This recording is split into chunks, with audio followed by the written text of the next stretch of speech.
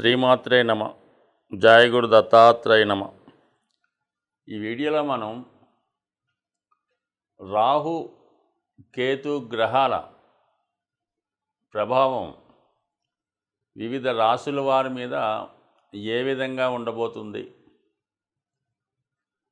కాలసర్ప దోషం వల్ల లాభం కలుగుతుందా లేదా నష్టం కలుగుతుందా అన్న విషయాన్ని ఈ వీడియోలో పరిశీలించే ప్రయత్నం చేద్దాం. రాహువు ఒక విధంగా ఆశకి కారణమవుతుంటాడు. భూలోకం మీద ఉన్నటువంటి సర్వ సౌఖ్యాల మీద తనకి ఆధిపత్యం ఉంటుంది.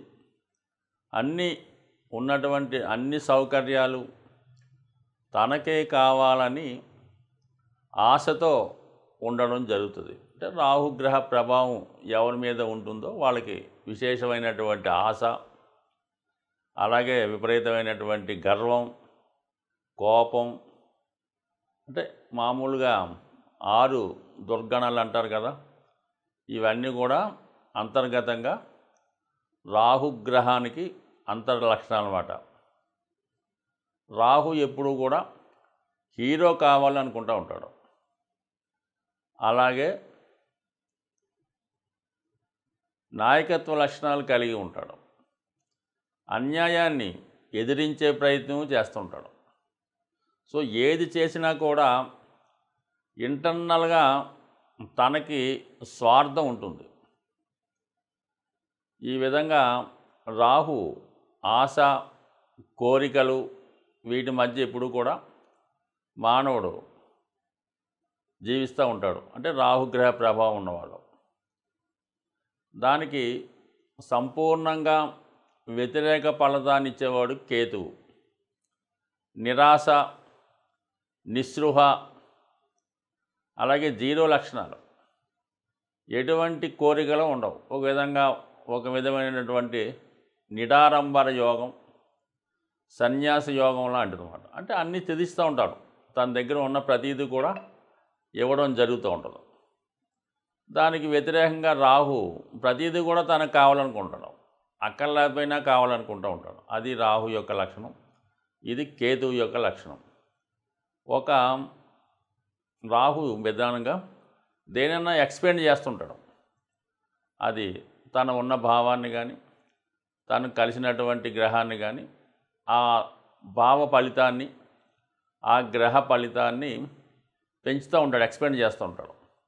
అయితే తన యొక్క రాహు యొక్క పాయిజన్ని అందులో కలిపి దాన్ని పెంచడం జరుగుతూ ఉంటుంది. అంటే ఒక విధంగా ఇంటర్నల్ స్వార్థంగా పెరుగుతూ ఉంటుంది. గురువు అలా కాదు. గురువుకు కూడా ఎక్స్పెండ్ చేసే శక్తి ఉంటుంది. గురువు ఏ భావంలో ఉంటే, పంచమ భావంలో ఉంటే అధిక సంతానాన్ని ఇస్తాడు. ధనస్థానంలో ఉంటే అధిక ధనాన్ని ఇస్తూ ఉంటాడు. అయితే రాహు కూడా ధనస్థానంలో ఉన్నప్పుడు అధిక ధనాన్ని ఇస్తాడు. లాభస్థానంలో ఉన్నప్పుడు అధిక లాభాలు తెచ్చిపెడుతుంటాడు. ఇందులో రాహు ఇచ్చే దాంట్లో అక్రమార్జన ఉంటుంది. ఇతరుల యొక్క అంటే ఇతరులు నష్టపోవడం వల్ల, వాళ్ళు ఏడవడం వల్ల, బాధపడడం వల్ల వచ్చే లాభం రాహు వల్ల ఉంటుంది. గురువు వల్ల ఇతరులు సంతోషంతో ఇచ్చే లాభం కలుగుతూ ఉంటుంది. అయితే రెండు కూడా ఎక్స్పెండ్ చేస్తే చాలా తేడా ఉంటుంది. గురువుకి 5వ దృష్టి ఉంటుంది, 9వ దృష్టి ఉంటుంది. అలాగే రాహు కూడా 5, 9 దృష్టిలు ఉంటాయి. సాధారణంగా ఈ 5, 9 దృష్టిలు చాలా వరకు మంచి దృష్టిలు అంటూ ఉంటారు. అయితే గురువు తన దృష్టిలో ఆ భావాన్ని రక్షిస్తూ ఉంటే, రాహు ఆ భావాన్ని పాయిజన్తో నింపి ఇంకో విధంగా స్వార్థంతో నింపుతూ ఉంటాడు. అది రాహు యొక్క ప్రభావం. అయితే కేతువు ఆ భావాన్ని తగ్గిస్తూ ఉంటాడు. 7వ స్థానంలో కేతు ఉంటాడు. వివాహం జరుగుతూ ఉంటుంది. భార్య మీద ఇష్టం ఉండదు, ఏ వ్యామోహాల మీద ఇష్టం ఉండదు. ఈ విధంగా కేతు ఉంటాడు. రాహు ఆపోజిట్గా వాళ్ళ ప్రభావాన్ని చూపడం జరుగుతూ ఉంటుంది. సో మరి ప్రస్తుతం ఈ రాహు కేతువుల సంచారం, రాహు మీనరాశిలో ఉంటూ గురువు యొక్క రాశిలో ఉండడం వల్ల, అలాగే ఎటువంటి గ్రహాలతో కూడా కలయిక లేదు రాహుకి. కేవలం తను ఒక్కడే మీనరాశిలో ఉండి పూర్తి స్వతంత్రంతో తన ఫలితాలు ఇవ్వడానికి సిద్ధంగా ఉన్నాడు. అలాగే కేతువు కూడా ఏ గ్రహంతో కూడా కలయకుండా సింగిల్గానే కన్యా రాశిలో ఉండడం జరుగుతూ ఉంది. సో ఈ 2 గ్రహాల ప్రభావం మరి వివిధ రాశుల మీద ఏ విధంగా ఉండబోతుంది అన్న విషయాన్ని చర్చిద్దాం. అలాగే దీని పరిహారం ఏ విధంగా చేసుకోవాలన్న విషయాన్ని కూడా ఈ వీడియో చివరిలో తెలుసుకునే ప్రయత్నం చేద్దాం. కర్కాటక రాశి వారికి భాగ్యస్థానంలో రాహు, 3వ స్థానంలో కేతువు సంచరిస్తున్నారు. అంటే 9వ స్థానం అన్నది ఒక విధంగా భాగ్యస్థానం, అదృష్టకరమైనది. అలాగే ఆధ్యాత్మిక చింతన కలిగి ఉన్నది. జాతకుడు ఈ జన్మలో ఎటువంటి పుణ్యాన్ని చేస్తున్నాడు, ఎంత పుణ్యం అక్కడ జమ అవుతుంది అన్న విషయాన్ని మనకి భాగ్యస్థానం చెప్తుంది. ఎవరికన్నా జాతకం బాగుండాలంటే భాగ్యస్థానం అనుకూలంగా ఉండాలి. అటువంటి భాగ్యస్థానంలో రాహుగ్రహ సంచారం, భాగ్యాధిపతి అయినటువంటి గురువు లాభస్థాన సంచారం. మరి ఈ వారంలో మరి లేదంటే రాబోయే రోజుల్లో జాతకుడికి ఒక శ్రేయోభిలాషి లోపంలో ఒక దగ్గర బంధువు అవ్వచ్చు, ఒక గురువు అవ్వచ్చు, లేదంటే జాతకుడు నమ్మిన ఒక వ్యక్తి అవ్వచ్చు, మరి బాగా సాయం చేసే విధంగా జాతకుడికి కనిపిస్తూ ఏదో విధంగా జాతకుడిని మోసం చేసే ప్రయత్నం జరిగే అవకాశం ఉంది. ఇంకో విధంగా చెప్పాలంటే జాతకుడు ఏదైనా జ్యోతిష్కుడి చేతిలోనో, పండితుడి చేతిలోనో, లేదంటే ఏదైనా ఒక అధికారి చేతిలోనో మోసపోయే అవకాశం ఉంటుంది. అంటే వాళ్ళ స్వార్థం కోసం వాళ్ళు ప్రయత్నం చేస్తారు.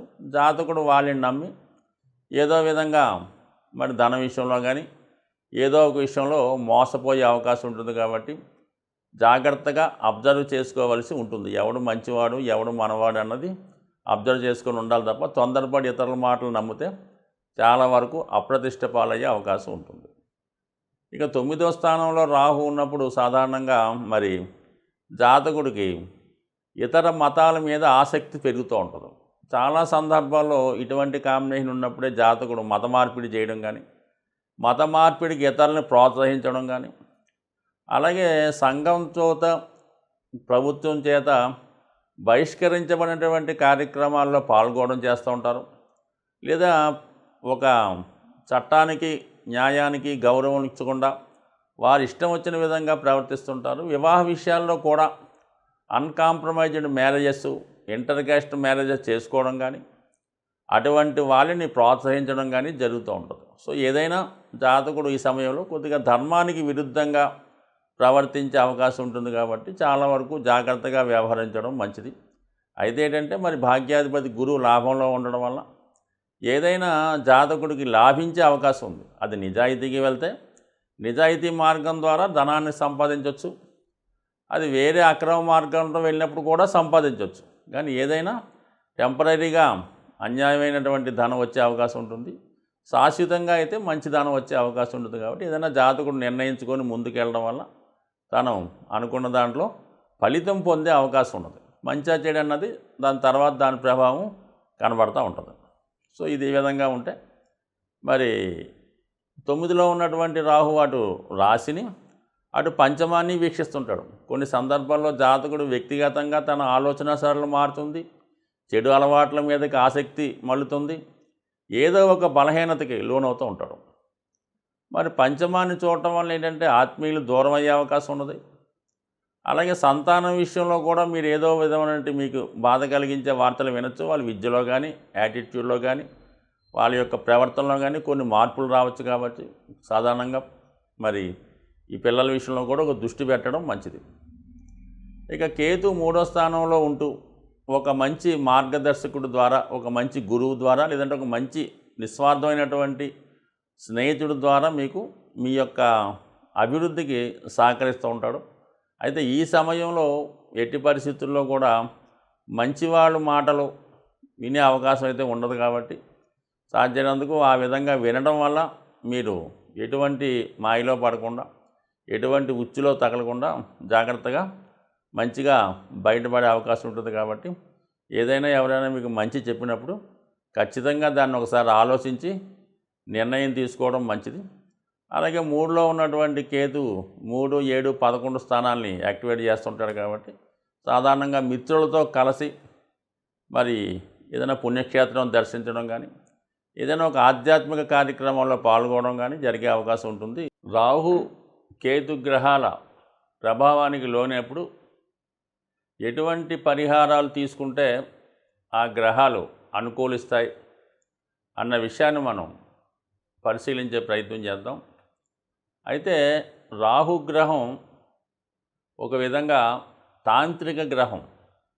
అందువలన తాంత్రిక దేవతలైనటువంటి దశ మహావిద్యల్లో ఉన్నటువంటి అమ్మవారిని ఆరాధించడం వల్ల, వాటిని కొలచడం వల్ల, ఆ ఆలయాలు దర్శించడం వల్ల రాహు తొందరగా మనకి అనుకూలించే అవకాశం ఉంది. అయితే సాధారణ మానవుడికి ఆ దశ మహావిద్యల్లో ఉన్నటువంటి అమ్మవారిని పూజించడం కానీ, వాటిని ధ్యానించడం, లేదంటే వాటిని బాగా పూజ చేసుకోవడం, అలాంటి కార్యక్రమాలు చాలా వరకు చాలామందికి అందుబాటులో ఉండవు. అయితే ముఖ్యంగా ఈ దశ మహావిద్యల్లో ఉన్నటువంటి దేవతల్ని సరైనటువంటి గురువు లేకుండా ఆరాధించడం వల్ల ఇబ్బంది కలుగుతూ ఉంటుంది.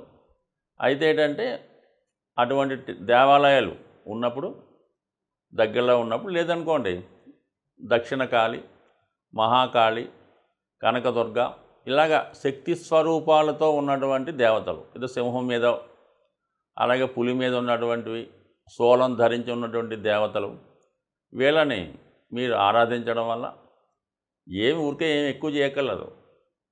ప్రతి శుక్రవారం రోజు వీలైతే ఒక 8 శుక్రవారాలు అమ్మవారి ఆలయానికి దర్శించడం వల్ల ఖచ్చితంగా మీకు రాహు యొక్క అనుగ్రహం లభిస్తూ ఉంటుంది. అలాగే కేతు ఇంకా అందరికీ తెలిసిందే, ఎంతమందిని పూజించినా ఎటువంటి ఫలితం రాదు. కానీ కేవలం విఘ్నేశ్వరుణ్ణి ఆరాధించడం వల్ల కేతువు తొందరగా అనుగ్రహం రావడం జరుగుతూ ఉంటుంది. అంటే కేతు అంటూ అనుగ్రహించాడంటే మిగతా గ్రహాలు ఏది కూడా ఇవ్వలేనటువంటి ఫలితాన్ని, లాభాన్ని కేతు గ్రహం ఇవ్వగలడం.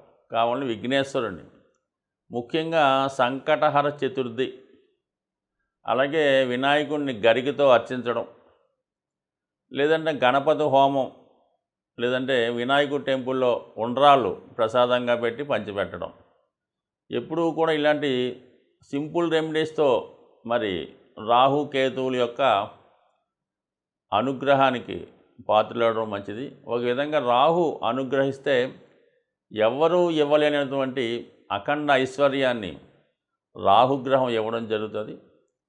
అలాగే కేతువు ఆధ్యాత్మిక రంగంలో అత్యున్నతమైన వ్యక్తులుగా తీర్చిదిద్దే ప్రయత్నం కేతు గ్రహం వల్ల రావడం జరుగుతూ ఉంటుంది. ఒక ఆధ్యాత్మిక రంగంలో అభివృద్ధి చెందాలన్నా, శాశ్వత కీర్తి పొందాలన్నా కేతుగ్రహాన్ని ఫాలో అవ్వాలి.